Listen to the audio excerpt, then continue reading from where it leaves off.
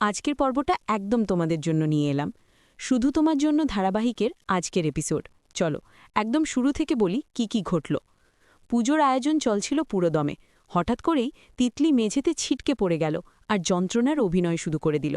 রাহি তৎক্ষণাৎ ছুটে এসে খুব উদ্বিগ্ন হয়ে জিজ্ঞেস করল, কি হয়েছে রে, কোথায় লাগলো দেখি তো।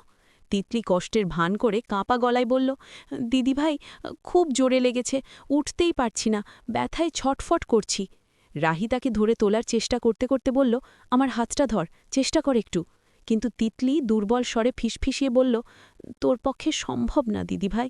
এদিকে কথাগত বাবু আর সুজাতা দৌড়ে এসে চিন্তায় পড়ে গেলেন। কথাগত বাবু বললেন, ওকে যে কোনো উপায়ে বাড়ি নিয়ে যাই, দরকার হলে ডাক্তার ডাকব।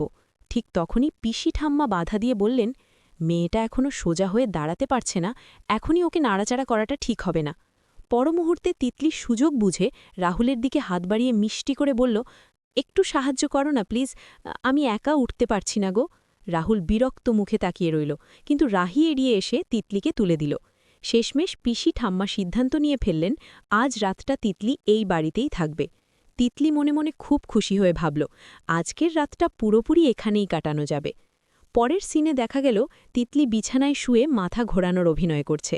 সুজাতাদার পাশে বসে আদর করে বললেন, বড্ড চোট লেগেছে রে তোর, একটু দেখি। মন্তাসা পাশ থেকে যোগ করল, হ্যাঁ কাকিমা, ওর এখন বিশ্রামই দরকার।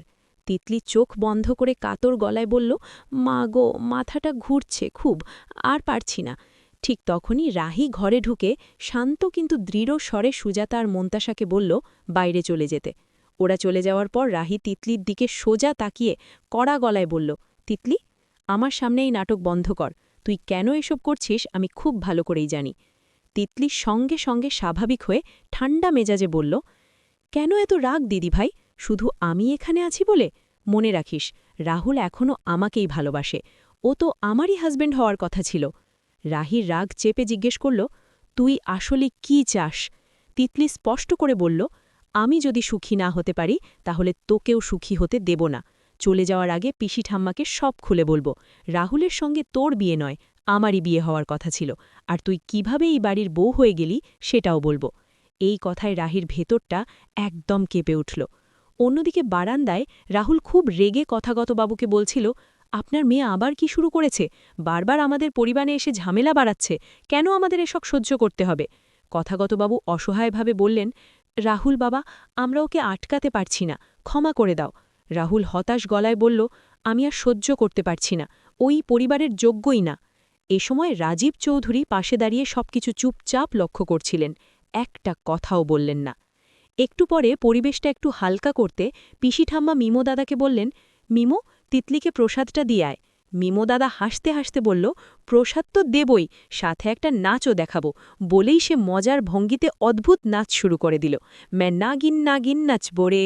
সবাই হেসে উঠল, পরিবেশটা একটু হালকা হয়ে গেল। শেষ সিনে রাহুল নিজের ঘরে অস্থির হয়ে পায়চারা করছিল। রাহি ঘরে ঢোকামাত্রই রাহুল তার হাত ধরে আবেগে বলে উঠল, রাহি, আর পারছি না, তিতলি আমাদের শান্তি পুরোপুরি কেড়ে নিচ্ছে। রাহি তাকে শান্ত করার চেষ্টা করে বলল, চুপ করো, সব ঠিক হয়ে যাবে। কিন্তু বাইরে থেকে শান্ত দেখালেও রাহির ভেতরটা ভয়ে কাঁপছিল, কারণ সে জানে যদি তিতলি পিসি ঠাম্মার কাছে সব সত্যি ফাঁস করে দেয় তাহলে তাদের সম্পর্কে বড় ধরনের বিপদ নেমে আসবে। অন্যদিকে তিতলির মুখে লুকিয়ে থাকা চতুর হাসি আর রাহুলের অসহায় চেহারার মাঝেই আজকের পর্বটা শেষ হয়ে গেল। এই ছিল শুধু তোমার জন্য ধারাবাহিকের আজকের পর্ব। ভিডিওটা যদি ভালো লেগে থাকে তাহলে অবশ্যই লাইক, কমেন্ট আর শেয়ার করে দিও। আর পরের পর্ব সবার আগে দেখতে চাইলে চ্যানেলটা সাবস্ক্রাইব করে বেল আইকনটা অন করে রেখো। ধন্যবাদ, দেখা হবে পরের পর্বে।